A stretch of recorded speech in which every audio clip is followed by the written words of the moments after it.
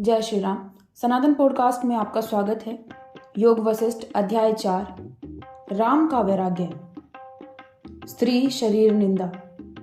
मुनीश्वर, इधर केश है, उधर रक्त और मांस है। यही तो युवती का शरीर है। जिसका हृदय विवेक से विशाल हो गया है, उस ज्ञानी पुरुष को इस निंदित नारी शरीर से क्या काम। जैसे वन में चरने वाले गधे या ऊंट के अंग रक्त मांस और हड्डियों से संपन्न है, उसी प्रकार कामिनियों के अंग भी उन्हीं उपकरणों से युक्त हैं। फिर नारी के प्रति ही लोगों का इतना आग्रह या आकर्षण क्यों है? इसमें जो रमणीयता की प्रतीति होती है, उसका एकमात्र कारण मोह ही है। मन में विकार उत्पन्न करने वाली मदिरा में और स्त्री में क्या अंतर है? एक जहां मद के द्वारा मनुष्य को उल्लास प्रदान करती है, वहीं दूसरी काम का भाव जगाकर पुरुष के लिए आनंददायिनी बनती है। केश और काजल धारण करने वाली तथा नेत्रों को प्रिय लगने वाली नारियां, जिनका स्पर्श परिणाम से दुख देने वाला है, पुरुष को वासना की आग से जलाती रहती है। काम रूपी किरात ने मूढ़ चित्त मानव रूपी पक्षियों को फंसाने के लिए स्त्री रूपी जाल को फैला रखा है। पुरुष रूपी मत्स्यों को फंसाने के लिए नारी बंसी के कांटे में लगी हुई आटे की गोली के समान है, और दुर्वासना ही उसकी बंसी की डोर है। जैसे हथिनी के लिए चंचल हुआ हाथी विंध्याचल पर्वत पर उसे फंसाने के लिए बनाए हुए गड्ढे में गिरकर बंध जाता है, वही दशा तरुणी स्त्री के मुंह में फंसे हुए तरुण पुरुष की होती है। वृद्धावस्था की दुख।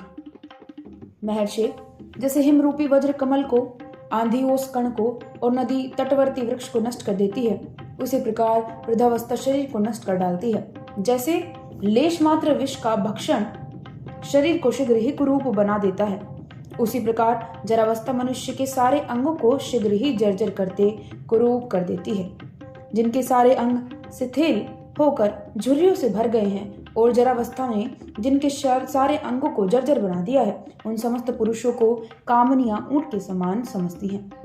वृद्धावस्था के कारण जिसके अंग कांपते रहते हैं, ऐसे मनुष्य को नौकर चाकर, स्त्री पुत्र, बंधु बांधव तथा सुहृदगण भी उन्मत्त के समान समझकर उनकी हंसी उड़ाते हैं। वृद्धावस्था में मनुष्य अपनी शक्ति का संतुलन खो बैठता है। इस प्रकार शक्ति ह्रास के कारण भोग की इच्छा तो बड़ी प्रबल हो उठती है, किंतु उपभोग किया नहीं जा सकता। उस दशा में निश्चय ही हृदय जलता रहता है। जैसे सायंकाल की संध्या के प्रकट होते ही अंधकार दौड़ पड़ता है, उसी प्रकार शरीर में जरावस्था को देखते ही मृत्यु दौड़ी चली आती है। जरा से जर्जर हुए शरीर की तनिक भी शोभा नहीं होती। वृद्धावस्था वात रोग और खांसी को विकसित कर देती है। मनुष्य का यह दुबला पतला शरीर टेढ़ा हो जाता है और कमान की तरह झुक जाता है। जो वृद्धावस्था को प्राप्त होकर भी जीता है, उसे दुष्ट जीव के लिए दुराग्रह रखने से क्या लाभ है? यह जरावस्था किसी भी इच्छा को सफल नहीं होने देती। काल का स्वरूप। मुनीश्वर, जैसे बड़वाग्नि उमड़े हुए समुद्र को सोखती है, उसी प्रकार यह सर्वभक्षी काल भी उत्पन्न हुए जगत को अपना ग्रास बना लेता है। युग, वर्ष और कल्प के रूप में काल ही प्रकट है। इसका वास्तविक रूप कोई देख नहीं सकता। यह सब संसार को अपने वश में करके बैठा है। संसार में अब तक ऐसी कोई वस्तु नहीं हुई जिसे यह काल उद्दस्त ना कर ले। यह काल धूर्तों का शिरोमणि है। इसे कितना ही तोड़ा जाए, टूटता नहीं, जलाने पर भी जलता नहीं और दृश्य होने पर भी दिखता नहीं। यह जगन मंडल उस काल की नृत्यशाला है। जैसे सर्प वायु को पीता है, उसी प्रकार यह क्रूर आचरण करने वाला काल तरुण शरीर को बुढ़ापे में पहुंचाकर अपना ग्रास बनाता रहता है। काल निर्दयों का राजा है। वह किसी भी प्राणी के ऊपर दया नहीं करता। जीवन की अनित्यता। मुने, जगत में जितने भी प्राणियों की जातियां हैं, उन सब का वैभव अल्प है एवं तुच्छ है, तथा जितने भी भोग के स्थान हैं, वे सभी भयंकर और परिणाम में दुरंत दुख की प्राप्ति कराने वाले हैं। प्राणियों की आयु अत्यंत अस्थिर है। मृत्यु बहुत ही निर्दयी है। जवानी भी अधिक चंचल होती है और बाल्यावस्था मोह में ही बीत जाती है। बंधु बांधव संसार में बांधने के लिए रस्सी के समान है। भोग इस जगत में महान रोग है तथा सुख आदि की तृष्णाएं मृग तृष्णा के समान है। बिना जीती हुई इंद्रियां ही शत्रु हैं। सत्य स्वरूप आत्मा असत्य सा हो गया है। जीवात्मा अज्ञान के कारण देह को ही अपना स्वरूप मानने लग गए हैं। बिना जीता हुआ मन बंधन का हेतु होते से आत्मा का शत्रु बन जाता है। अहंकार ही कलंक का कारण है। बुद्धियां आत्मनिष्ठा से रहित हैं। क्रियाएं शास्त्र विरुद्ध होने से दुख रूप फल देती हैं। शरीर और मन की चेष्टाएं स्त्री की प्राप्ति में ही केंद्रित हैं। इच्छाएं भोगों की ओर ही दौड़ रही हैं। राग रूपी रोग दिनों दिन बढ़ रहा है और वैराग्य दुर्लभ हो गया है। केवल तम गुण बढ़ता जा रहा है, इसलिए तत्व अत्यंत दूर है। जीव अस्थिर हो गया है, धैर्य शिथिल हो गया है और तुच्छ विषय भोगों के प्रति लोगों की आसक्ति बढ़ रही है। बुद्धि मूढ़ता से मलिन हो गई है। जवानी यत्न पूर्वक भागी जा रही है। सत्संग दुर्लभ हो गया है। जीवों का काम केवल जन्मना और मरना रह गया है। दुष्टों का संग पद पद पर सुलभ है, परंतु सत्पुरुषों का संग दुर्लभ हो गया है। देश भी विदेश सा हो गया है। कालवश समुद्र भी सूख जा रहे हैं। तारे भी टूटकर बिखर जाते हैं। सिद्ध भी नष्ट हो जाते हैं। फिर मेरे जैसे मनुष्य की स्थिरता पर क्या आस्था हो सकती है? जगत की क्षणभंगुरता।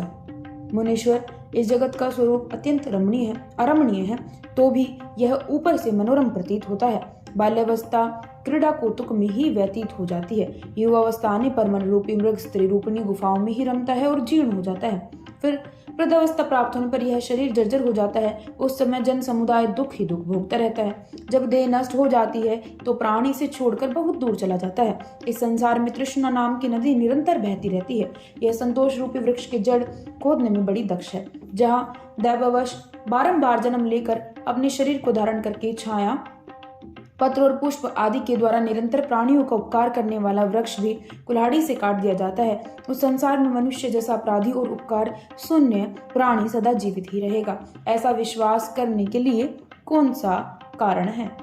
विष का वृक्ष और विषासक्त मनुष्य दोनों ऊपर से मनोहर लगते हैं, किंतु उनके भीतर बड़ा भारी दोष भरा रहता है। इनके संग से मूर्छा या मूढ़ता ही प्राप्त होती है। संसार में ऐसी कौन सी दृष्टियां हैं जिनमें दोष नहीं है? वे कौन सी दिशाएं हैं जहां दुख और दाह नहीं है? वे कौन से जीव शरीर हैं जो क्षणभंगुर नहीं है? और कौन सी लौकिक क्रियाएं हैं जिनमें छल कपट नहीं है? जगत की परिवर्तनशीलता। ब्रह्मण, यह जो कुछ भी स्थावर जंगम रूप दृश्य जगत दिखाई दे रहा है, वह सब सपने में लगे हुए मेले के समान अस्थिर है। आज जिस शरीर को रेशमी वस्त्र व फूलों के हार और भांति भांति के अनुलेपनों से सजाया गया है, वह कल नंगा होकर ग्राम या नगर से बहुत दूर किसी गड्ढे में पड़ा पड़ा सड़ जाएगा। जिस स्थान में आज चहल पहल से भरा नगर दिखाई देता है, वही कुछ ही दिनों में सोने वनों का उदय होने वाला है।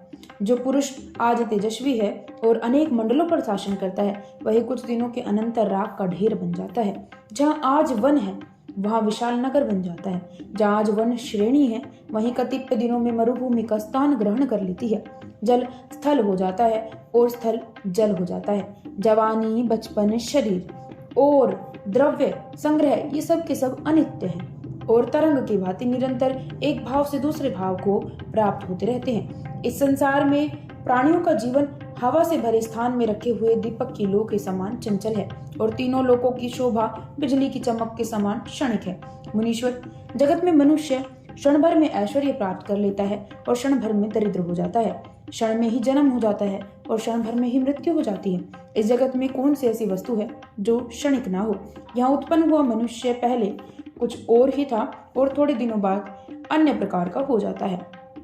यहाँ सदा एक रूप रहने वाली सुस्थिर वस्तु कोई नहीं है। यहाँ कायर के द्वारा शूरवीर मारा जाता है, साधारण लोग भी राजा बन बैठते हैं। इस प्रकार यह सारा जगत विपरीत अवस्था में परिवर्तित होता जा रहा है।